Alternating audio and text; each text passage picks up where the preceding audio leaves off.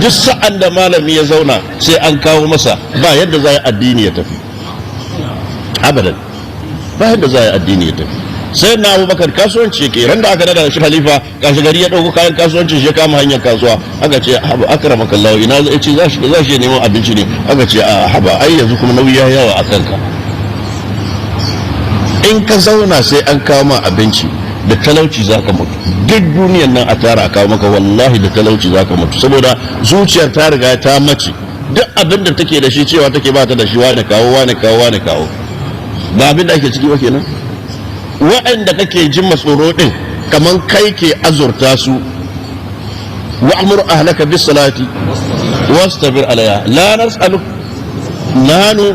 wa ba haka bane ba sai kowa ya sa shi so yake tara ma ƴaƴansa zai kai tara ma ƴaƴansa duk abin da za a kai ma mutum ba zai wadatu ba so yake tara ma ƴaƴansa ya mutu ƴaƴansu saura cikin talauci ƴaƴansu tara kudi su ma suna tara ma ƴaƴansu ƴaƴansu tara su ma shikenan talauci ya shiga gidan har abada talauci ba zai fita ba in an mallaka musu duniyar nan duk saboda zuciyar ta riga ta talauce ta kode ta lalace ta talauce ba ta son ta tashi ta yi aiki so take a kawo mata in kun so take a kawo mata shikenan kuma ya lalace kenan